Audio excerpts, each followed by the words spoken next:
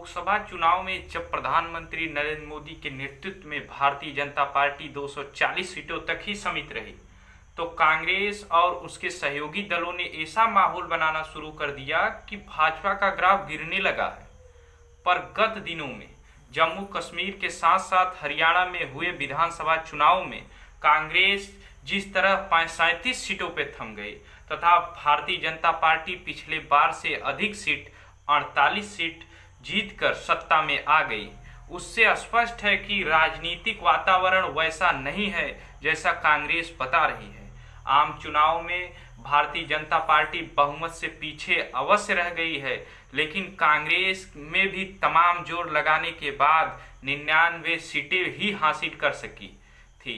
हरियाणा के विधानसभा चुनाव में यह साफ है कि लोकसभा चुनाव में भाजपा के कमजोर प्रदर्शन के कुछ अलग ही कारण थे और वे भी मुख्यतः उत्तर प्रदेश और राजस्थान तक ही सीमित थे। यह मानने के अच्छे भले कारण है, लेकिन भाजपा के उन कारणों में एक हद तक निवारण कर लिया है, जिसके चलते उसे लोकसभा चुनाव में झटका लगा।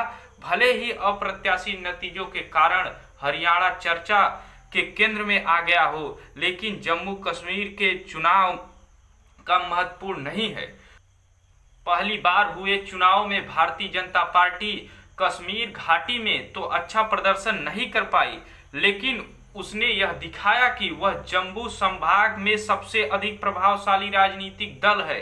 इससे भी महत्वपूर्ण यह है कि मोदी सरकार देश के साथ साथ दुनिया को यह जरूरी संदेश देने में सफल रही कि भारत के इस भूभाग में लोकतंत्र न केवल मजबूत है बल्कि उनकी जड़ें और गहरी हुई हैं।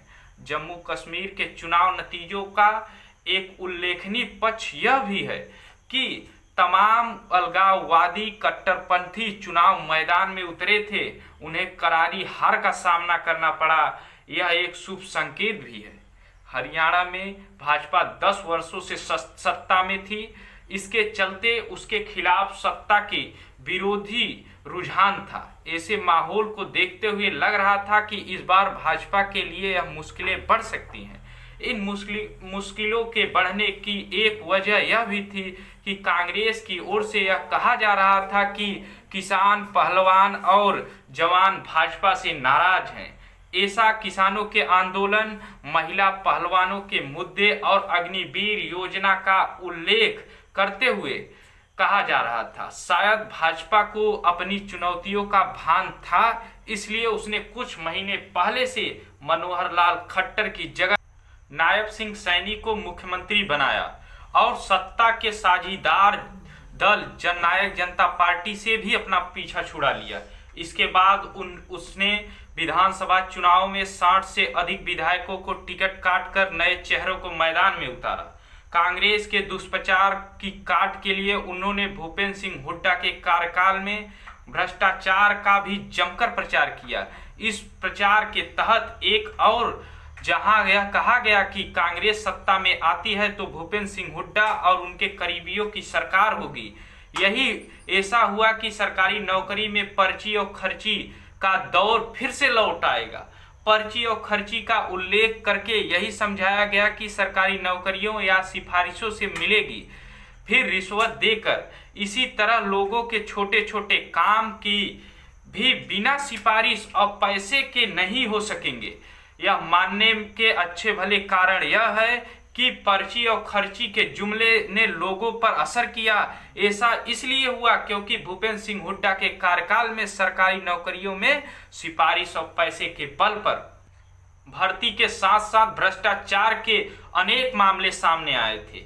भाजपा ने जिस तरह यह माहौल बनाया कि कांग्रेस की सरकार वास्तव में खुद को जाटों का एक मात्र नेता मानने वाले भूपेंद्र सिंह हुड्डा और उनके परिवार की सरकार होगी, उसने गैर जाट जातियों को यह संदेश दिया कि ऐसा हुआ तो उनकी अनदेखी होगी। हरियाणा में कांग्रेस को इसलिए भी नुकसान हुआ क्योंकि उनकी पार्टी का नेतृत्व भूपेंद्र सिंह हुड्डा को आवश्यकता से अधिक अधिकार संपन्न कर दिया। इसके चलते उन्होंने 90 में से करीब 70 टिकट अपने लोगों को दिया। इतना ही नहीं, उन्होंने कांग्रेस और अन्य दिग्गज नेताओं कुमारी शैलजा और रणदीप सिंह सुरेशवाला को भी किनारे करने का काम किया। टिकट वितरण में भूपेंद्र सिंह हुड्डा की मनमानी के चलते शैलजा नाराज हो गए। उन्होंने अपनी नाराजगी छिपाई भी नहीं। इसके चलते दलित के मन में संदेश पैदा हुआ। कांग्रेस नेतृत्व ने शैलजा की नाराजगी को जब तक दूर करने की कोशिश की तब तक देर हो चुकी थी। यह स्पष्ट है कि कांग्रेस हरियाणा में अपनी जीत को लेकर अति आत्मविश्वास से ग्रस्त हो गई थी और यह मानकर भी चलने लगी थी कि वह बहुत आसानी से सत्ता हासिल करने जा रही है। जब ऐसा नहीं हुआ तो खिसियाहट में आकर उसने यह कहना शुरू कर दिया कि चुनाव आयोग के रवैये और इलेक्ट्रॉनिक वोटिंग मशीन में कथित गड़बड़ी के कारण उसे पराजय का सामना करना पड़ा। कांग्रेस नेताओं ने चुनाव नतीजे को स्वीकार करने से मना कर दिया। कांग्रेस नेताओं ने ऐसे रवैये पर चुनाव आयोग ने उचित ही कठोर आपत्ति जताई। फिलहाल कांग्रेस हरियाणा में अपनी पराजय के कारणों की समीक्षा कर रही है।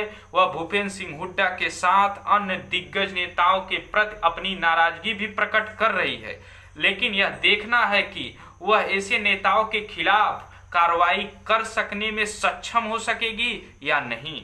हरियाणा के चुनाव नतीजों के बाद कांग्रेस के सहयोगी उसे निशाने पर ले लिया है। सहयोगी दलों का कहना है कि कांग्रेस ने उसका सहयोग लिया होता तो हरियाणा में नतीजे कुछ और ही होते। जो भी हो, इनकी अनदेखी नहीं की जा सकती है। भूपेंद्र सिंह हुड्डा के कारण ही कांग्रेस आम आदमी पार्टी के साथ कोई समझौता नहीं की। हरियाणा में कांग्रेस की हार गहरे असर होंगे। यह लगभग तय है कि महाराष्ट्र झारखंड के विधानसभा चुनाव में उससे सहयोगी दलों के दबाव का सामना करना पड़ेगा, जहां कांग्रेस फिर से मुश्किलों में घिरती दिख रही है। वहीं भाजपा को लोकसभा चुनाव में मिले झटके के बाद वह आवश्यक ऊर्जा मिल गई है जिसकी उसे तलाश थी।